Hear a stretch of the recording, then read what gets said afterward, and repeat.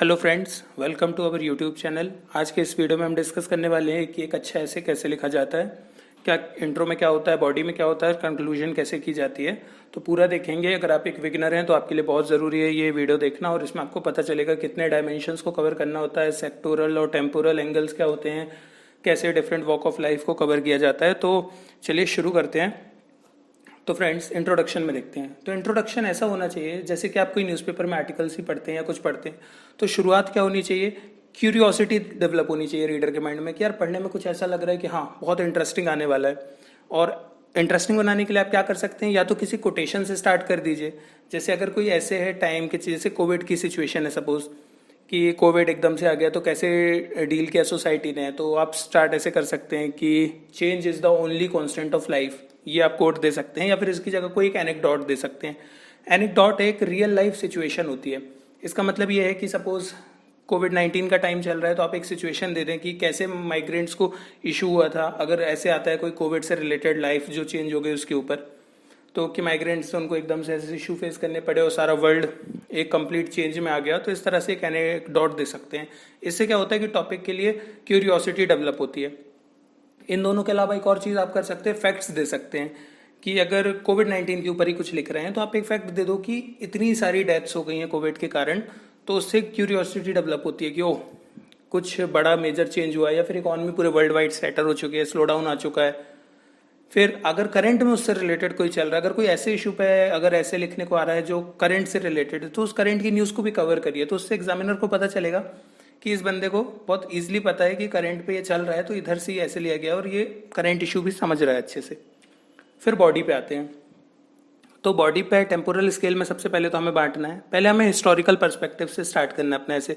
पहले हम पास्ट की चीज़ें बताएंगे, फिर ऐसे में प्रेजेंट के कंटेक्स्ट में आएंगे, और फिर जब हम एंड करेंगे तो हम फ्यूचरिस्टिक पर्सपेक्टिव देंगे, जिसमें हम बताएंगे एक वे फॉरवर्ड, एक प्रॉमिसिंग कि आगे चल के और अच्छी डेवलपमेंट होगी इसमें, आगे चल के क्या हम कर सकते हैं इस सिचुएशन से निकलने के लिए।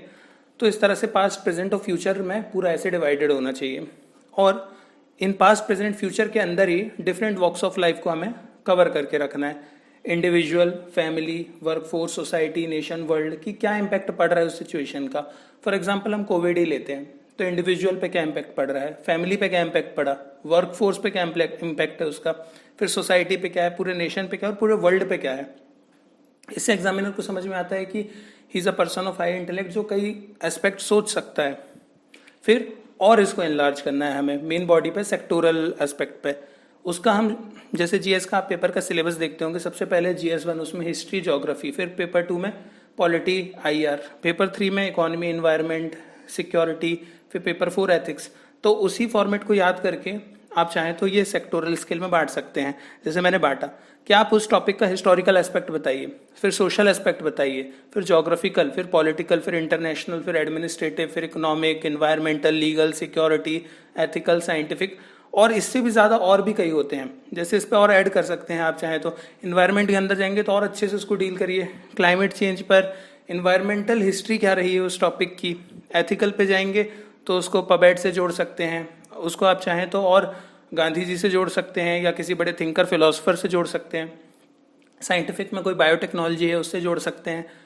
फिर इसके अलावा जो ये टॉपिक्स, इनको आप सब हेडिंग्स में बांट के लिखिएगा। अब सब हेडिंग्स में इसको बांटने का डायरेक्ट ऐसा नहीं हिस्ट्री लिख दे, बट एक प्रॉपर एक अच्छी कोटेशन टाइप की सब हेडिंग होनी चाहिए, जिससे इंटरेस्ट हो कि अच्छा ये अब हिस्टोरिकल पर्सपेक्टिव बताने वाला है स्टूडेंट, इस तरह से।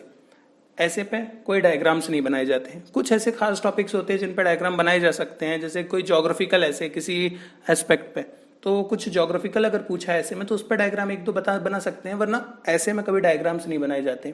फिर जो आप इतने सारे थीम्स पे कवर करेंगे अपने ऐसे को इतने डायमेंशंस पे, तो अपनी बातों को प्रूव करने के लिए फैक्ट, डेटा और स्टैटिस्टिक्स भी आपको प्रोवाइड कराना है कि आप जो बोल रहे हैं वो बिल्कुल सही है।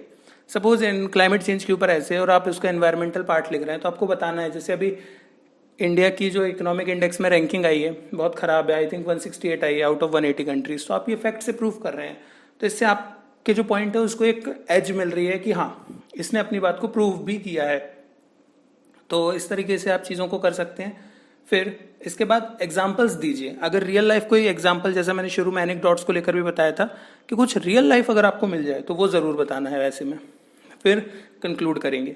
कंक्लूजन आएगा जब, तो अपन को दिखाना है सामने वाले को, ऐसा लिखकर डायरेक्ट कंक्लूजन नहीं लिखना है, लेकिन कुछ ऐसा कंटेक्स्ट लिखना है कि उसे समझ आ जाए कि अब ऐसे का एंड है। जो एक नॉर्मल ऐसे का पैराग्राफ होता है वो 250 से 300 वर्ड, मतलब 1-2 पेज का आपका कंक्लूजन होना चाहिए। अच्छा, कंक्लूजन में अपन को फ्यूचरिस्टिक एम दिखाना है और सॉल्यूशंस प्रोवाइड करने हैं कि फ्यूचर सॉल्यूशंस इसके लिए क्या क्या हैं। फिर जब एंड कर रहे हैं बिल्कुल, तो एक अच्छी कोई कोटेशन दे सकते हैं या कोई रेटोरिक चीज़ दे सकते हैं, जिससे आपको पता चल जाएगा, उस सामने वाले को मतलब पता चल जाएगा कि हाँ, इसे सारी चीज़ें पता थी और इसने एक मतलब एक सेटिस्फैक्ट्री कंक्लूजन भी प्रोवाइड करा दिया। तो फ्रेंड्स, आज का वीडियो हमारा इसी टॉपिक के ऊपर था। होप आपको वीडियो पसंद आया होगा।